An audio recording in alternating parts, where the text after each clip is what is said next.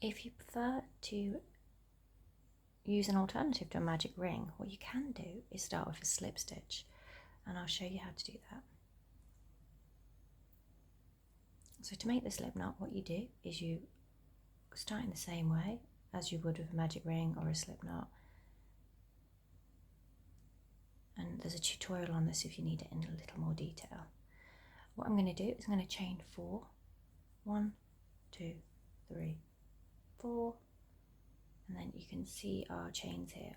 1, 2, 3, 4 by the little V that they make. Okay, so what I'm going to do now is I'm going to bring my hook round to the beginning, and where I've got the first little V shape, I'm going to, using my fingers there, I'm just going to tuck the hook under the first of the V and then the second. You might find this a little fiddly at first, but definitely worth persevering with. Okay, there you can see I've got that on the hook now. So I've got my yarn that I'm working with, and I've got my little V from the first chain. So now I'm going to pull my yarn through there, the V shape of the stitch, and also the yarn on the hook there, the loop. Okay, so now you can see I've got a teeny tiny little loop there, and if I spread it out a little with my fingers, we've got a little chain.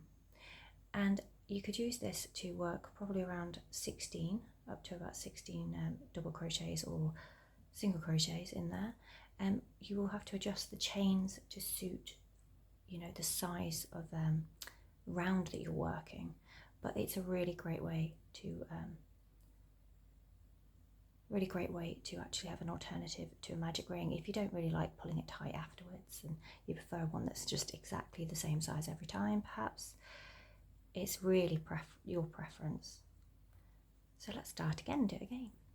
So we'll take our working yarn, make our slip knot. I'm going to chain 4. 1, 2, 3, 4. Okay, you see our 4 chains there, and we're going into the first one. So we're just going to slip stitch into the first. So just bringing us through the loops of the first stitch. There we are. You can see, to bring that into focus a bit better, there's the V of the first stitch, the first chain rather. Okay, and I'm going to pull our yarn through, and there we are.